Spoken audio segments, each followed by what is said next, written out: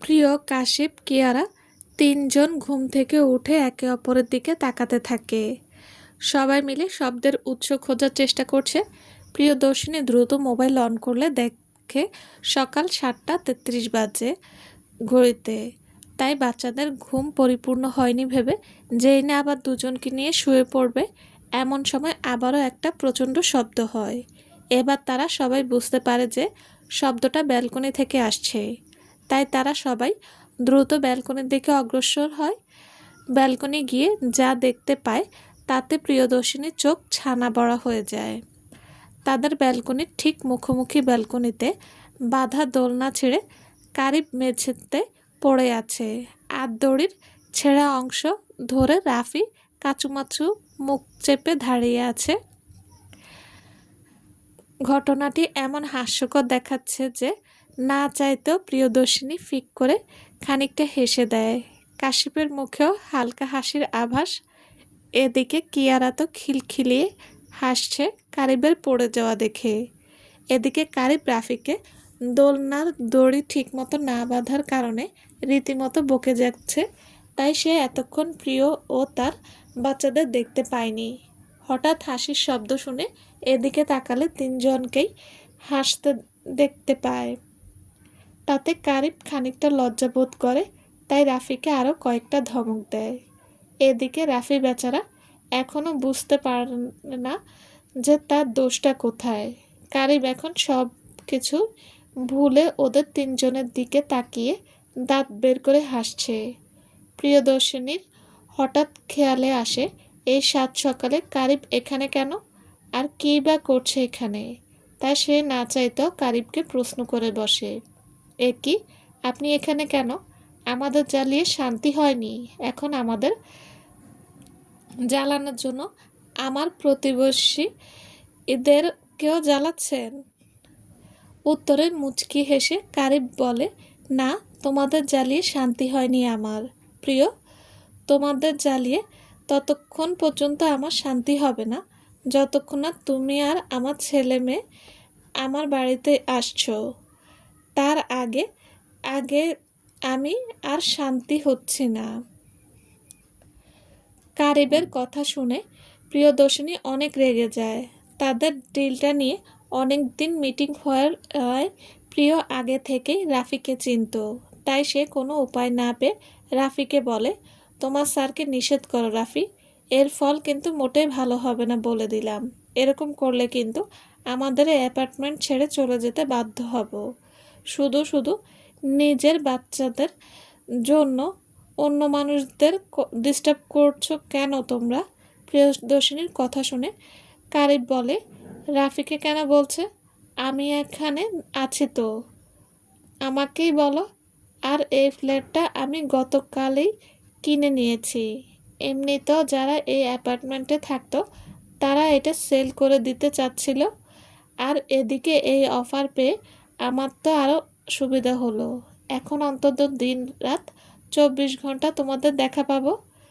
তাই তো সারা রাত না ঘুমিয়ে রাফিকে নিয়ে সকাল থেকে জিনিসপত্র আনার কাজ শুরু করে দিয়েছি।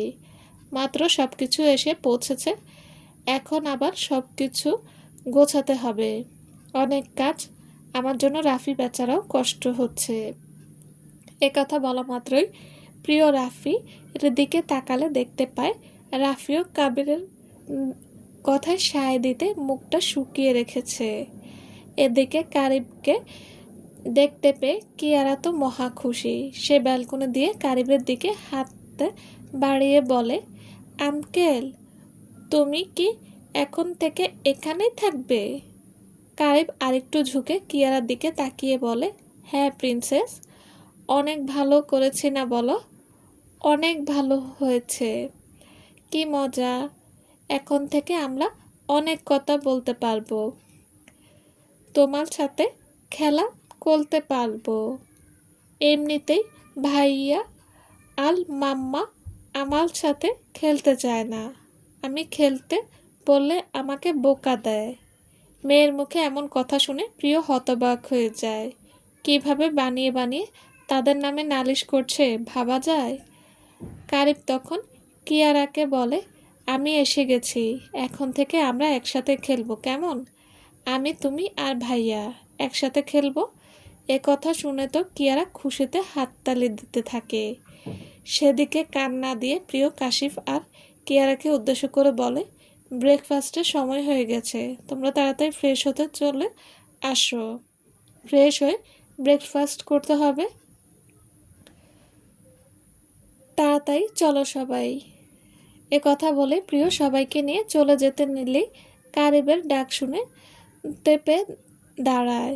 প্রিয় দাঁড়াতে দেখে আমতা আমতা করে বলে, না মানে আমরা তো মাত্রই আসলাম, আবার খাবার কিনতে যাব, তাই তুমি যদি তোমার হাতের ব্রেকফাস্ট আমাকে একটু দিতে আর কি, এটাই বলছিলাম। মাথা চুলকিয়ে কারিবের কথা শুনে প্রিয়দর্শিনী চোখ গরম করে তাকালে সে আবার বলে, না মানে শুধু আমার জন্য দিলেই হবে, রাফি না হয় বাইরে থেকে কিনে খাবে। তাই যদি কথা শেষ করার আগেই প্রিয় বলে, রাফি যখন ওর খাবার কিনে খাবে তখন ওকে আপনার ব্রেকফাস্টটাও এনে দিতে বলবেন। এই বলে প্রিয়দর্শিনী ওদের ব্যালকনির দরজা আটকে দিয়ে চলে যায়। রুমে গিয়ে প্রিয় শুধু সামিরার কথাই ভাবতে থাকে। কাবির যদি সামিরাকে বিয়ে করে থাকে তাহলে এখন সে কোথায়, আর কাবেরই বা তাকে ফেলে এখানে এলো কিভাবে? এ কথা ভাবতে ভাবতে সে ব্রেকফাস্ট বানাতে থাকে। ওদিকে কিছুক্ষণের মধ্যেই প্রিয়দর্শিনীর রান্না শেষ হয়, তাই সে সবাইকে খেতে ডাকে। এদিকে কিয়ারা টুপ করে ব্যালকনির দরজা খুলে কারিবকে ডাক দেয়।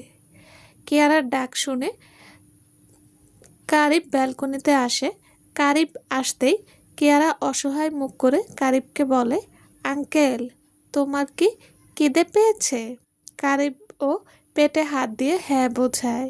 তাই শুনে কিয়ারা বলে, মাম্মাকে তোমাকে একটু কাবাল দিতে বলবো, দেখো না তোমার মাম্মা দিতে চায় না, এখন আর কি করা যাবে বলো? এসব কথা শুনে কিয়ারারও মন খারাপ হয়। এদিকে প্রিয়দর্শিনীর ডাকে সে কারিবকে বিদায় জানিয়ে খেতে বসে। আজ শুক্রবার, তাই প্রিয় ব্রেকফাস্টে ভুনা খিচুড়ি আর খাসির মাংস ভুনা করেছে। কাশিপ নিজ হাতে খাচ্ছে, আর প্রিয় কিয়ারাকে খাইয়ে দিচ্ছে আর নিজে খাচ্ছে। এদিকে কারিবকে দিতে না পারায় কিয়ারা মন খারাপ করে খাচ্ছে, আর কাশিপকে দেখে ওর মনোভাব বোঝা গেল না। প্রিয় জানে তার হাতের খিচুড়ি আর খাসির মাংস কারিবের অত্যন্ত পছন্দের, তাই সে তাকে না দিয়ে আর খেতে পারল না। সে উঠে গিয়ে দুটা বক্স দুজন খেতে পারে এমনভাবে খিচুড়ি আর মাংস ভরে রশনিকে বলল রাফির কাছে দিয়ে আসতে। এদিকে রশনি বিনা বাক্যে ব্যয়ে ব্যালকনিতে এসে রাফিকে ডাকতে থাকে। এদিকে রাফি কাজ করতে থাকায় রশনির ডাক শুনে খানিকটা বিরক্ত হয়। এসেই রশনিকে বলে, কাজের সময় মানুষকে ডিস্টার্ব করছেন কেন মিস? রাফির কথা শুনে রশনির গা জ্বলে ওঠে। তার এখন খিচুড়িগুলো রাফির কপালে মারতে ইচ্ছে করছে, কিন্তু তা তো সম্ভব না। তাই সে রাফিকে বলে, ভদ্রভাবে কথা বলো, আমি তোমার বড়, এটা মাথায় রেখে কথা বলবে। পেটে যখন খিদে থাকে তখন কে ছোট কে বড় খেয়াল থাকে না। রোশনি বিরক্তি নিয়ে তার দিকে বক্স দুইটাই বাড়িয়ে দেয়। রাফি তাড়াতাড়ি গ্রিলের বাইরে হাত গলিয়ে বক্স দুটো নেয়। বক্স দুটো দিয়ে রোশনি বিরক্ত ভাব নিয়ে বলে, প্রিয় আপু দিয়েছে, তোমাকে আর তোমার স্যারকে খেতে বলেছে। খাবার পাওয়া মাত্রই খাবারগুলো নিয়ে রাফি রুমের ভেতরে চলে যায়। এদিকে রোশনি বলে ওঠে, কি পরিমাণ বেয়াদব এই ছেলে, যে কেউ কিছু দিলে যে তাকে একটা ধন্যবাদ দিতে হয় তাও জানে না এ। এদিকে রাফিকে না দেখে কারিব ওকে বলে, কি ব্যাপার রাফি, তুমি কাজ ফেলে কোথায় গিয়েছো? তুমি তো দেখছি আমার থেকেও ফাঁকিবাজ। রাফি এর পরিপ্রেক্ষিতে কোনো উত্তর না দিয়ে হাতের খাবারগুলো কাবিলকে দেখিয়ে বলে, স্যার, ম্যাম পাঠিয়েছে আমাদের জন্য। কারিব যেন নিজের কানেকেই বিশ্বাস করতে পারছে না। সে তাড়াতাড়ি কাজ ফেলে বক্স খুলে দেখে তার প্রিয় ভুনা খিচুড়ি আর মাংস ভুনা। সে আর বাক্য ব্যয় না করে রাফিকে দিয়ে নিজেও খেতে শুরু করে।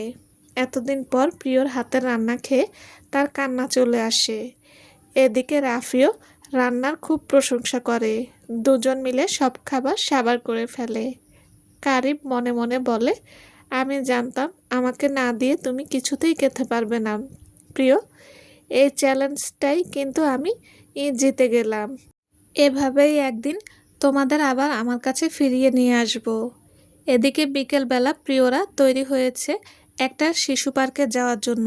শিশু পার্কটি নতুন হয়েছে এখানে। প্রিয় আজ বেবি পিঙ্ক কালারের একটি কুর্তি পরেছে, কিয়ারাও সেম কালারের একটা ফ্রক পরেছে, আর কাশিফের পরনে ব্ল্যাক টি শার্ট আর প্যান্ট। তারা একটু আগেই পৌঁছেছে এখানে। পার্কে ঢোকার কিছুক্ষণ পরেই পেছন থেকে একটা পরিচিত স্বর শুনতে পায় প্রিয়।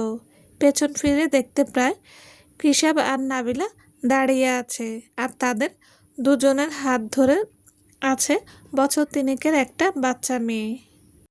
আজকে ছুটির দিন থাকায় কৃষাব ও নাবিলা ওদের মেয়ে কুহুকে নিয়ে এই পার্কে এসেছে। পার্কটা এখানে নিউলি ওপেন হওয়ায় অনেক দিন ধরেই কুহুকে নিয়ে এখানে আসার প্ল্যান করছিল তারা। তাই আজকে দুপুরে খাবার খেয়ে একটু রেস্ট নিয়েই বেরিয়ে পড়েছিল। তারা পার্কে ঢোকার পর কৃষাবই প্রথম প্রিয়দর্শিনীকে দেখতে পায়। অনেক দিন পরে দেখা হয়, প্রিয়কে চিনতে খানিকটা বেগ পড়তে হয়। তাই সে সাথে সাথেই নাবিলাকে দেখায়। নাবিলা প্রিয়কে দেখা মাত্রই চিনতে পারে, তাই সে তৎক্ষণাৎ তাকে ডাক দেয়, প্রিয়দর্শিনী। হঠাৎ পরিচিত কারো ডাকে প্রিয় পেছন ফিরে তাকালে নাবিলাদের দেখতে পায়। নাবিলা আবেগপ্রবণ হয়ে প্রিয়কে জড়িয়ে ধরে। এতে করে প্রিয় অনেক আবেগপ্রবণ হয়ে যায়। প্রিয় অবাক হয়ে বলে, কৃষাব ভাইয়া, নাবিলা আপু, তোমরা এখানে? নাবিলা উত্তর দেয়, এই তো কুহুকে ঘুরতে আনার উদ্দেশ্যে এখানে আসা, কিন্তু এখানে এসে যে তোমাদের পেয়ে যাব তা তো আমি কল্পনাতেও ভাবিনি। নাবিলার কথায় প্রিয়র নজর যায় ছোট্ট কুহুর দিকে। ও তৎক্ষণাৎ কুহুকে কোলে নিয়ে নাবিলার দিকে তাকিয়ে বলে, ও একদম তোমার মতো হয়েছে, একদম পুতুলের মতো। নাম কি রেখেছ ওর? কায়নাত কুহু। এদিকে কৃষাব কাশিফকে দেখে বলে, আমাদের সেই ছোট্ট কাশিফ কত বড় হয়ে গেছে, ভাবা যায়। ও তো দেখতে একদম ভাইয়ার মতো হয়েছে। কথাটি বলার সাথে সাথেই পরিস্থিতি কিছুটা নীরব হয়ে যায়। নাবিলা চোখের ইশারা দিয়েছে কৃষককে থামায়। কৃষক তো কাশিফকে কোলে নিয়ে ইচ্ছামতো আদর করে যাচ্ছে। কাশিফকে আগে থেকেই অনেক আদর করত। কাশিফ ও কৃষকের অনেক ভক্ত ছিল, তাই তো ওরা বাড়ি ছেড়ে চলে আসার পরে আর ওই বাড়িতে যাওয়ার আগ্রহ হারিয়ে ফেলে। কৃষক কাশিফকে জিজ্ঞেস করে, কাশিফ, তুমি কি আমাকে চিনতে পেরেছ? এতে কাশিফ হালকা করে উপর নিচে মাথা নাড়ায়। এদিকে ভাইকে একজন কোলে নিয়ে আছে, আর নিজের মায়ের কোলে আরেকটা মেয়েকে দেখে কিয়ারার মন খারাপ হয়ে যায়। সে গাল ফুলিয়ে বলে, আমাকে কেউ ভালোবাসে না। কিয়ারার কথা শুনে এতক্ষণে ওদের নজর কিয়ারার দিকে যায়। দেখতে পায় একটা গোলুমোলু ছোট্ট মেয়ে মুখ ফুলিয়ে আছে। নাবিলা তৎক্ষণাৎ কিয়ারাকে কোলে নিয়ে আদর করে। ওকে জিজ্ঞেস করে, তোমার নাম কি আম্মু? আমার নাম কায়েশি আবলাল কিয়ারা। তুমি কে? আমি তোমার কাকিমণি হই আম্মু। তারপর নাবিলা কৃষক আর কুহুকে দেখিয়ে বলে, আর ইনি হলেন তোমার চাচ্চু, আর ও হলো তোমার বনু। কিয়ারা এত কিছু বুঝতে পারে না। ও কুহুকে দেখিয়ে বলে, ও ছোট তো, বাবুটা আমার বনু হয়। কিয়ারার কথা শুনে নাবিলা হেসে দেয়। নিজেই একটা বাবু হয়ে আরেকজনকে ছোট বাবু বলছে। একটু পর ওরা তিনজন মিলে একসাথে পার্কে খেলতে লাগলে নাবিলা প্রিয়দর্শিনীকে বলে, কোথায় হারিয়ে গিয়েছিলে প্রিয়? তোমার সাথে এতবার যোগাযোগ করার চেষ্টা করেও সফল হতে পারিনি আমরা। মানলাম ভাইয়া অন্যায় করেছে, তাই বলে আমাদের সাথেও সব সম্পর্ক ছিন্ন করে চলে যাবে? অনেক খুঁজেছি তোমাদের, কোথাও পাইনি। অন্তত আমাদের সাথে যোগাযোগ রাখতে পারতে। এদিকে নাবিলার কথার কোনো উত্তর খুঁজে পায় না প্রিয়। এরপর মলিন মুখে বলে, আমি আমাদের অতীতের কোনো স্মৃতি মনের মধ্যে রাখতে চাইনি, তাই অতীতের সাথে জড়িত সবার সাথেই সব সম্পর্ক ছিন্ন করেছি। এর জন্য আমাকে ক্ষমা করে দাও। সব স্মৃতি কি আদৌ ভুলতে পেরেছো প্রিয়? সব স্মৃতি কি চাইলেও এই ভোলা যায়? তাছাড়া কাশিপ কেরা বাবা যে কাবির, এটা তুমি চাইলেও কি কখনো অস্বীকার করতে পারবে বলো? তাছাড়া পরে আরও অনেক কিছু ঘটেছে, তা তুমি জানো না। প্রিয়র মনে প্রশ্ন জাগে, কি এমন ঘটেছে যা সে জানে না? পরে আবার নিজের মনে মনেই বলে সে এটা জানতেও চায় না। প্রিয় নাবিলার উদ্দেশ্যে বলে, যাই ঘটুক তার কিছুই আমার জানার দরকার নেই আপু। আর 4 বছর আগে উনি যেটা সিদ্ধান্ত নিয়েছিল আমি সেটাই হতে দিয়েছি। আমি কারো ক্ষতি চাই না। আমি এখনও চাই উনি সামিরা আপুকে নিয়ে সুখে থাকুক। আমি শুধু আমার সন্তানদের নিয়ে ভালো থাকতে চাই। কাবির তো সেদিন সামিরাকে বিয়ে করেনি প্রিয়। কথাটি শোনা মাত্রই প্রিয় নাবিলার চোখের দিকে তাকায়। চোখে একরাশ কৌতূহল। নাবিলা বলে, নাবিলা আর ওর বাবা অনেক দিন ধরেই ভাইয়াকে ব্ল্যাকমেল করছিল। সামিরা আত্মহত্যার মিথ্যা নাটক করছিল বারবার, তাই ভাইয়া বিয়েতে রাজি হয়েছিল। যদিও এটা ছিল তার জীবনের চরম অন্যায়, কিন্তু আমরা চলে যাওয়ার পরে উনি তোমাদের পাগলের মতো খুঁজেছে। তোমরা চলে যাওয়ার পরের দিনই ঈশান ভাইয়াকে নিয়ে তোমাদের বাড়িতে গিয়ে তোমার ভাইয়ের কাছে থেকে অনেক মার পর্যন্ত খেয়ে এসেছে। তারপরও সারাদিন সারা রাত ওইখানে তোমাদের খুঁজেছে। তারপর ঈশান ভাইয়া এক প্রকার ধরে বেঁধে তাকে বাড়িতে নিয়ে আসে। ভাইয়া সামিরাকে বিয়ের জন্য না করে দিলে সামিরা পুলিশ পর্যন্ত ডেকে এনে ভাইয়ার নামে মিথ্যা মামলা দেয়। কিন্তু শেষমেশ সামিরার এক্স বয়ফ্রেন্ড ওর বিরুদ্ধে সব প্রমাণ দিলে ভাইয়া ওকে পুলিশে দেয়। এদিকে নাবিলার বলা কথা শুনে প্রিয় একেবারে অবাকের চরম সীমানায় পৌঁছে গেছে। ও মনে মনে বলে, উনি আমাদের খুঁজেছে, আমাদের বাড়িতে এসেছিল, তারপর ভাইয়া ওনাকে মেরেছে। কই, ভাইয়া তো আমাকে এসবের কিছু বলেনি। এদিকে নাবিলা আবার বলে, এরপর থেকে ভাইয়া প্রতিদিন থানায় গিয়ে বসে থাকতো তোমাদের পাওয়ার আশায়। প্রতিদিন খেয়ে না খেয়ে মনমরা হয়ে পড়ে থাকতো।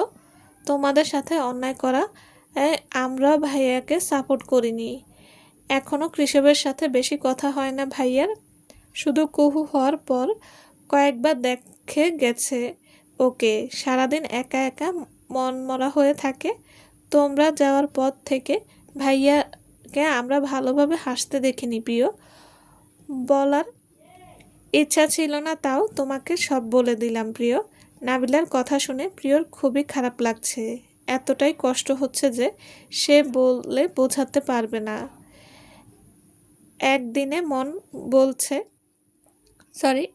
মন বলছে সে যে অন্যায় করেছে তার চেয়েছিলাম বেশি শাস্তি সে পেয়ে গেছে, এখন তাকে ক্ষমা করা উচিত। অন্যদিকে মস্তিষ্ক বলছে না, এই অন্যায় ক্ষমা হয় না, এর ক্ষমা করাও অন্যায়। তখনই নাবিলা বলে, তোমাদের সাথে যে আমাদের দেখা হয়েছে এটাও তুমি না চাইলে আমরা ভাইয়াকে বলবো না। আমাদের সাথে ওনার গতকালকেই দেখা হয়েছে আপু। প্রিয়দর্শিনীর কথা শুনে কৃষব ও নাবিলা অবাক হয়ে ঘটনাটা জানতে চাইলে প্রিয়দাদের সব কিছু খুলে বলে, এমনকি তাদের সামনের অ্যাপার্টমেন্টে কেনার ব্যাপারটাও বলে। এতে ওরা দুজনেই খুশি হয়। এদিকে এত সময় বাচ্চাদের দিকে খেয়াল না দিতে পারায় ওরা বাচ্চাদের দিকে তাকালে দেখতে পায় দুজন লোক ওদের কোলে করে নিয়ে যাচ্ছে।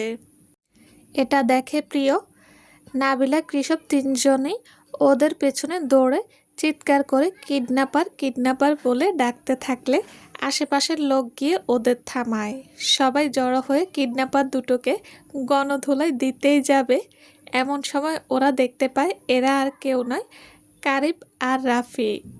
চলবে। আসসালামু আলাইকুম। গল্পটা কেমন লেগেছে প্লিজ জানাবেন। আর হ্যাঁ, অবশ্যই লাইক, কমেন্ট ও শেয়ার করে দেবেন। আর যারা এখনও আমার চ্যানেলটি সাবস্ক্রাইব করেননি তারা প্লিজ চ্যানেলটি সাবস্ক্রাইব করে পাশে থাকবেন। সবাই ভালো থাকবেন। আল্লাহ হাফেজ।